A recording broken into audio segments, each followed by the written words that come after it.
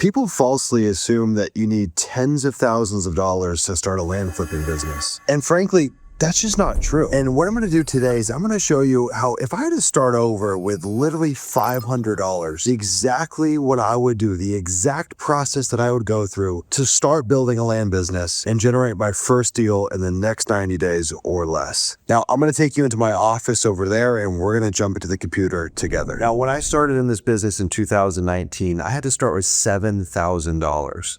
And that still did not feel like enough. But in this video, I'm going to show you how times are changing, how you can start with a few $100 if you know what you're doing. So before I share my screen, I need to talk about step one, and that is selecting the market. Now, a lot of people know me as a market selection guy. I even built a software that automates that. But of course, we don't have the luxury of paying for it. So my market selection criteria is going to be a little bit different because while I have a small budget, I'm not going to go after small deals. You see, I'm going to go after bigger deals that have bigger spreads. I'm going to look to take them down with creative strategies like double closing or even assigning the contract to someone like me. Now, I don't want to be a one-trick pony and do this forever, but I need a big injection of cash. I need to land a big deal that ideally makes me 5 to 6 figures so I can then redeploy that capital, open up new marketing channels, get the right tools, and scale. So that means for my market selection, I'm looking at states that are double close friendly, states that make assigning contracts and wholesaling very easy. Now, typically this is a who, not how equation. It's really about having the right realtor and the right title company, but there are certainly some states that aren't very easy, and there's some states that are very easy. The states that aren't very easy that you'd want to avoid are states like South Carolina and Oklahoma. Now, in terms of states to pursue, the world is really your oyster here. States like Texas are great, Arizona, New Mexico, Washington, you name it. And that's the beauty about wholesaling and flipping and double closing land is really it works almost everywhere. So for this challenge, we're going to be going after Texas just because I've done countless double closes in that state. Now, if you don't know what a double close is, it's where we have a contract with the seller that allows us to market the property. We find a new buyer and the new buyer's fund and we pick up the spread in the middle. Now, when you're working in states that are very friendly to double closes or novations, there's something called pass-through funding, where the new buyer's funds will pay the original owner off first, and then you capture the spread in between without putting any capital into the deal. Now, there are certain states or title companies where they will want you to first pay off the original owner, then the new buyer will pay, then you capture the spread in between. Only problem is we don't have any money. Now, there are countless transactional funders out there that will fund these deals for you, but I'm gonna imagine that you also don't have a Rolodex of connections. Now, if you wanna find some of these connections, you can go to landinvestor.co/Discord. We actually literally have hundreds of funders inside of there. Shouldn't be a problem, but I'm going to imagine I don't have access to that either. And so that brings us to step 2. Now we need to find a county and pull some data. Now you might be wondering, Sumner, I thought you said we can't use Land Insights. It's too expensive. Well, here's the thing. On September 28th, we're releasing our first ever totally free, no subscription cost data platform called Land Insights Lite. So depending on when you're watching this, that very well may be live, and you get access to many of the amazing features that you've seen me demo inside of Land Insights totally for free. No subscription cost. And so today I'm going to be just using the features that you'll have access to inside of Land Insights Lite. Now to make it even cooler, we're doing a big launch party, giving away free land, all of that jazz on September 30th. If you want, you can RSVP for that event and get early access to Land Insights Lite for free at the link here. Okay, so here we are within the data platform, and we're just going to grab one of these counties and pop it over to Redfin. Again, we don't have access to any market selection tools, so let's pop it over to Redfin and take a look and see what the stats look like. So you can see there's currently 812 active properties, and what I'm looking for is the sell-through rate. So let's go over to the last 3 months. Out of the 812 properties, let's see how much of that inventory is actually turning over. So out of 812 properties, 107 have sold in the last 3 months. So, not great. You're looking at like a 12 to 13% sell-through rate. Nothing too special. I'm seeing a ton of these little subdivisions here. So why don't we start playing with some of these acreage filters and see what that does for us? Let's go 10 acres plus. So we've got 20 sales in the last 3 months. Let's go back over to the for sale, 149.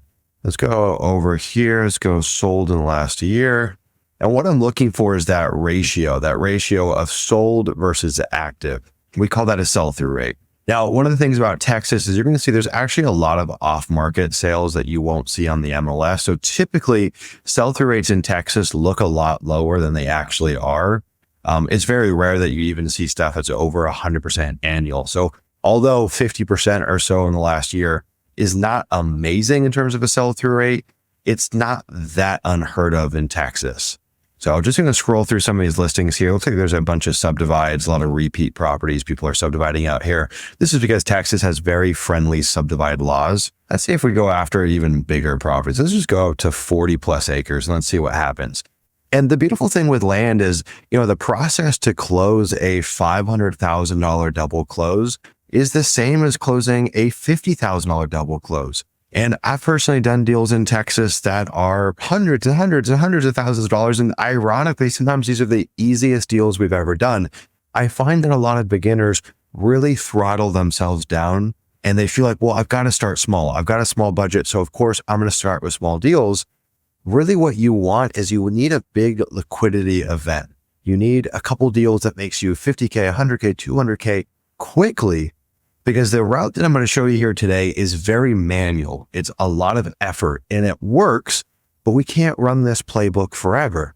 We need a better path. But let's go over to the for sale. We got 15 that sold in last year. For sale, 55. Really not loving what I'm seeing here at all. Not very interesting. Now, what happens if we go down to the other end of the spectrum, right? If we just say, hey, let's put a 5-acre cap, what do we get then? So 618 homes, then go down to the last year, 378. So it's a little bit better. You're getting a lot of these little infill lots here. I'm not loving it. What I'm going to do in this case is I'm going to put a cap here. I'm going to say, move this. We're going to go no max, and we're going to do a cap of 20. And I'm going to explain why.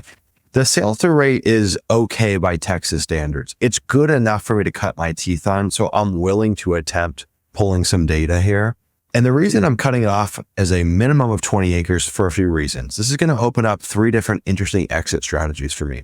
One, obviously I can just assign it to someone like me as a flip and I could buy it and resell it and you'll get a piece of that up front.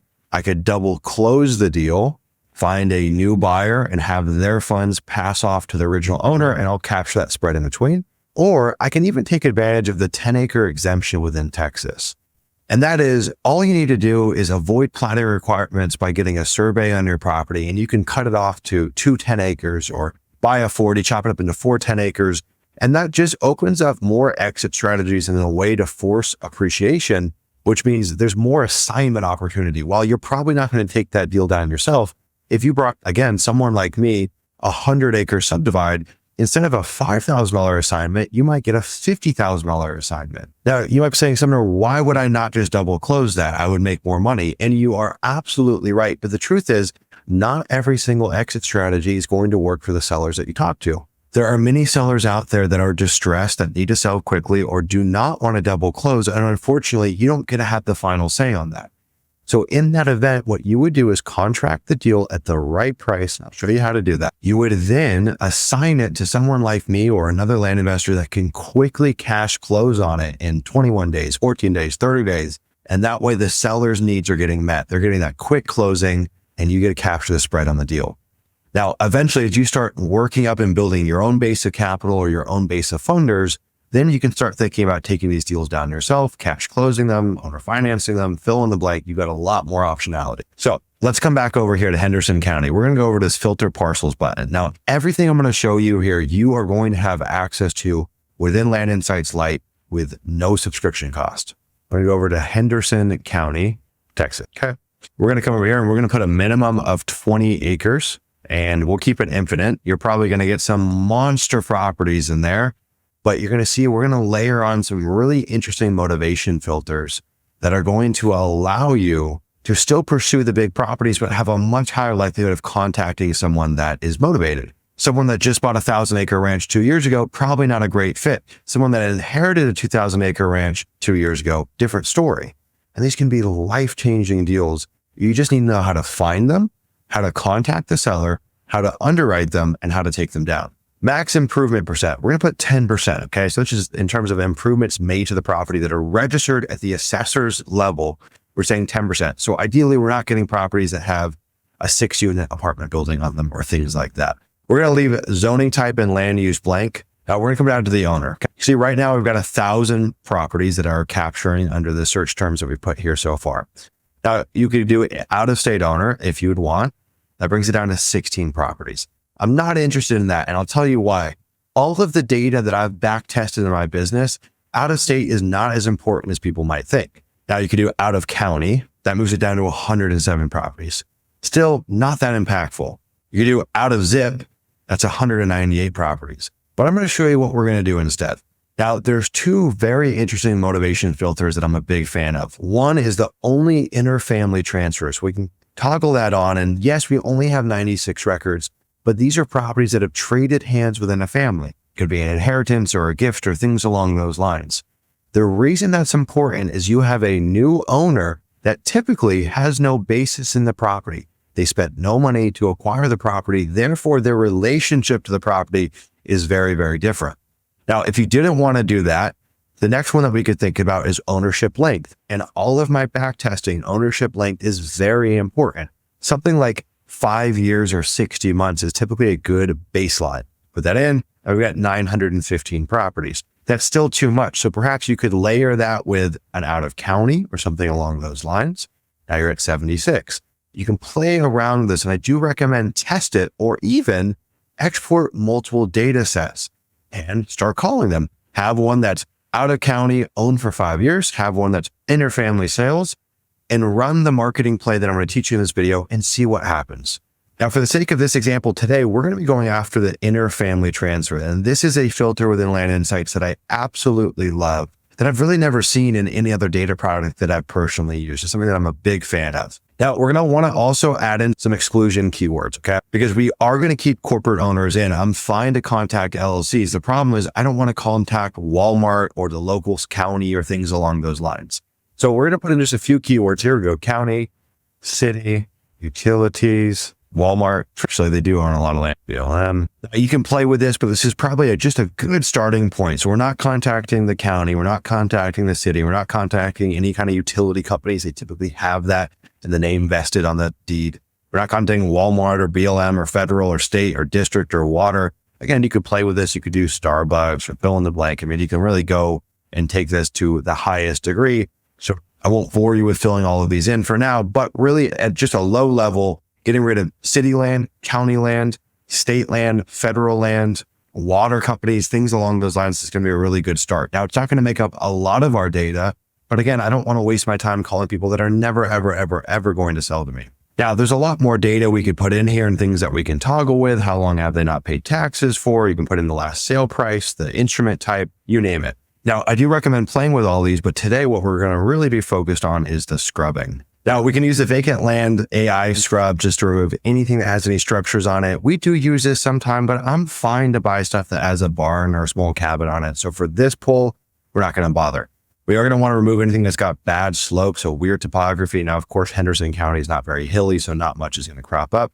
You can remove HOA parcels. I'm fine to leave those. I'm not scared to buy something in an HOA. We're going to want to remove anything that's landlocked. Brings us down to 83 properties. We're going to deduplicate our owners. Again, if they own multiple properties, that's great. We just need to reach out to them on one of them, and we're going to keep the larger parcel in. Now, we're going to go to wetlands coverage. Because these are bigger properties, we can have more flood zones on them. I'm going to go 30% for wetlands, 30% for flood zone. Now, if we wanted to, we could also put in a road frontage requirement. So if we want to have properties that have more frontage, more opportunity for subdividing, or just more valuable because of the extent of road frontage they have, we can certainly do that. We can come in and put a minimum of 500 feet of road frontage, or if you even want to juice it up a bit more, you can do 1,000 feet of road frontage. That brings us down to 50 properties. I'm going to leave that in here because what I know is properties with road frontage are easier to sell. And if they have a lot of road frontage, they're much easier to subdivide without having to do any kind of physical improvements to them. So now we're left with 50 properties. So we're going to come down here as well. And we are going to skip trace this list, okay? There's 2 options that you're going to see here. There's the standard skip tracing. That's going to be the most discounted. That's just going to give you the owner's name and their phone number. Or you have premium skip tracing. Now, the premium skip tracing, you're going to pull the owner, their contact information, their email, every person associated with them, their contact information. You're also going to get the owner's age. Now, this is important because what we found is if you want to have the most motivated list, typically the most motivated owners are at least 50 years old. And so if you want a very easy way to curate your list and have more motivation, you can certainly pull premium and remove anyone that's under that 50-year-old bracket. But the real reason that we want it in this case is that we're going to get their landline, their cell phone, all the contact information for the relatives. And that's important because a lot of cases, if you just have one phone number, it can be very hard to get a hold of people. And if I've got a very motivated list like this, well, I want to attempt to get in front of these people no matter how I can, because I already know through my data process, these folks are very, very motivated. So we're going to use premium skip tracing here, and we're going to scrub out the DNC, okay? People that just simply do not want to be contacted. I don't want to annoy them. If you're on the DNC list, I'm going to remove you. Now we're going to go and export these 50 records. Okay, we just exported this list, and now I'm going to show you what we're going to do next. You're going to come over here and you are going to set up a Google Voice account. I'm going to show you why this is important. This is what we're going to be using to contact our owners, because surprise, this is a cold calling play that we're going to be running here. If you have no money, there is no better strategy out there than picking up the phone and cold calling people. But you want to learn from my mistakes. When I was cold calling, when I first got started, I was doing it purely for my personal number. Bad idea. Set up a Google Voice account. You can see the pricing is incredibly cheap. Next, we're going to come over here to ChatGPT, okay? And I'm going to show you guys how you can custom tailor exactly what you need to say on the phone for cold emails and text, because we will send these folks emails and we will send them texts if we don't get a hold of them. Again, we can do that all from our Google Workspace account. Okay, here's what I put. Imagine I'm a brand new land investor with $500. That's you. I'm going to cold call a list of motivated landowners in Texas to make them discounted offers on their vacant land. Please write the ideal cold call script and a script for text and the email that I can send if I do not get a hold of them. Let's see what it comes up with. Now, I'm not saying what ChatGPT is going to deliver to you is absolutely perfect. We are going to want to curate and adjust this a little bit. I'm also going to show you some pro cold calling tips here as well. So here's the script that we have. Here's the follow-up text. Here's the follow-up email. Let me show you how we can improve this. The first thing, here's the cold call script. The opener is, hi, is this owner's name? Sumner. Hey, my name's Sumner, and I know this call's a lot of the blue, so I'll keep it quick. I actually don't like that opener. Instead, here's what I would say. Let's imagine I'm calling a seller named Bob. I would go like this. Hey, Bob, how's it going? They're going to go, who is this? Yeah, sorry, I know it's a bit out of the blue. My bad. My name's Sumner. I'm calling about your 25-acre property out in Henderson County. You got a minute? The reason I open like that is I have a familiar tone. I'm assumptive when they pick up the call. I don't say, is this Bob? If I say, is this Bob? They already know I don't know them. So I assume I'm talking to Bob, and I say that right out of the gate, and I have this tonality that tells them, I know you. Now they're going to say, who is this? And then I'm going to backtrack. Oh, I know. Sorry, this is out of the blue. Then I tell them the purpose of the call. I'm calling about your X size acre property in fill in the blank county. Do you have a minute? They're almost always going to say yes. Now, the important thrust here is that you have the right tonality. The bridge. I was calling because I'm looking to buy a piece of land in fill in the blank county, and I noticed you own the parcel at property location. I want to see if you've ever considered selling it. Cool. Good enough. If they say, yes, baby, great. I'm an individual investor, not a big company. I usually pay cash and cover closing costs. That way you don't deal with realtor fees or months of waiting. If it made sense price-wise, would be open to a fair cash offer. Cool. Love it. They say depends on the price. We say totally fair. What I usually do is gather a little info about the property in your situation. Then I can come back to tell you with an exact offer. Couple quick questions. Now, the questions are important. I don't ask questions that I already know the answer to. I'm not going to say, is it 25 acres? I'm not going to say, is it in Texas? I'm not going to say, does it have road access? Those are bad questions. Those are questions that tell them you don't know what you're talking about. Instead, I'll ask in-depth questions. Have you made any improvements as it relates to utilities, water meter, putting a well on it, septic system, fill in the blank? Out of curiosity, how'd you come to own this? When was the last time that you were out there? What are your plans with it? I mean, do you have kids? Do they want it? I start with technical questions, and then I bridge the gap into stuff that's a little softer, the backstory.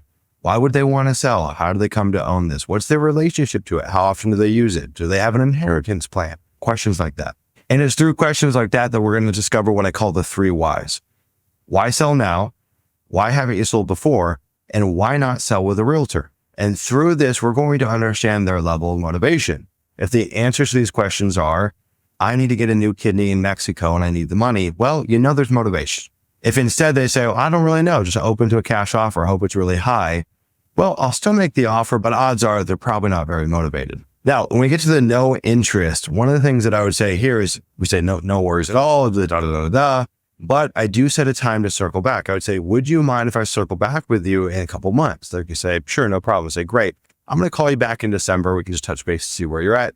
I'm going to add a note to my Google Calendar to call them back December 1st or whatever it might be. Now, let's look at the follow-up text. Hi, Sumner. This is Sumner. That sounds weird. I was trying to reach out about your land and county location. I'm an investor looking to buy property in the area and wanted to see if you ever thought about selling. If so, I can make a quick cash offer, cover all the closing costs, no pressure either way. I don't love that text. Instead, I would say something like, hey, Sumner, this is Sumner. I just tried giving you a call about your property in Henderson County, Texas. You got a minute? ? I don't need to give the full spiel in the text. All I'm trying to do is prompt a response. So by having it a little bit ambiguous and letting them know I just tried calling you, there's a good chance they're going to either call us back or at least text us back because they have no idea what it's about. Once we open a conversation with them, our goal is just to get them on the phone. Now, the email, we can be a little more verbose. We can tell a little more of a story, give a little more context. What I would do here is if you're comfortable, I would actually have a small section of text. Hi, Sumner. I'm reaching out. I just tried giving you a call earlier today about your property in Henderson County, Texas. I have a couple of things that I wanted to walk through with you. Here's a quick video that I filmed. Then I would film a Loom video, a Drift video, whatever tool that you want to use out there. Now, Loom video is my preferred option and it's free to use as long as you keep the videos under 5 minutes. Now, what this does is it allows you to stand out, show your face, show that you're a real person, and synthesize your message in a fashion that's easy to digest. You can get a lot out in 5 minutes. It'd be very hard to relay via just written plain text. Now, let's imagine they want an offer. What do we do next? So let's imagine we got a call back on this 20.1 acre property bought 24 years ago. This is a family transfer. It's got a very small little structure on it, perhaps a house back there as well. So what we're going to do, because we don't have access to land and size comping tool or any of those fancy bells and whistles, we're going to go and underwrite this property. So this property is west of Athens. So we're going to come over here and we're literally just going to go west of Athens. So the property's somewhere over in this vicinity. Okay. I'm going to come over and I'm just going to put a cap of 40 acres so we're not getting a bunch of other nonsense. Now, Texas is a non-disclosure state. So I'm not going to see all the sales info. I can tell immediately this is not relevant. This is probably not relevant given the shape. This and this could be interesting. So we'll click on both of these. Now this is 23 acres. Now this property sits very similar to ours, right? County road frontage, although this frontage might run next to a highway. The pictures don't tell us a whole heck of a lot. 23 acres, 5 ponds with utilities. Now, if we look at our property, we do not have 5 ponds, but we have a structure. We've got a driveway. It's partially cleared here. I'm going to venture to guess we also have utilities on this property. So that's working in our favor. The reason I'm going to guess that is just based off of the other improvements in the structure. It seems unlikely that we wouldn't. And in fact, upon closer inspection, I can tell we actually have a structure, and unfortunately the owner lives at the property. So maybe this was not the best example, but you get the gist. Now, with that being said, people that live at the property still sell property. So don't just assume that's a dead end. These people absolutely still have needs, and they do end up selling. Now, I actually really like this property because we've got long road frontage. We've got a driveway, partially cleared, wooded in the back, small creek in the back, probably seasonal, nothing sizable, and we've got some structures on it. Now, I'm going to exclude the house from this example. It's a bit unfortunate that we're using this one. Let's just imagine it had the small shed, okay? I think all things considered that this is a pretty fair comp. Now, it's got 5 ponds and utilities. We're going to say that the small shed and the 5 ponds have balance out in terms of positivity for underwriting. And again, this has utilities. I'm going to venture to guess that ours has utilities, although we need to verify that on the phone. Now, we look at this one here. $240,000 was the last list price. Do we know if it sold that price? We don't, but I'll show you how we can get pretty close to verifying. Now, this is 20 acres. This is a very nice property. You can see driveway here opens up, beautiful pastoral property. I mean, this is just a lovely lot. I'm going to argue this is a little bit nicer than ours.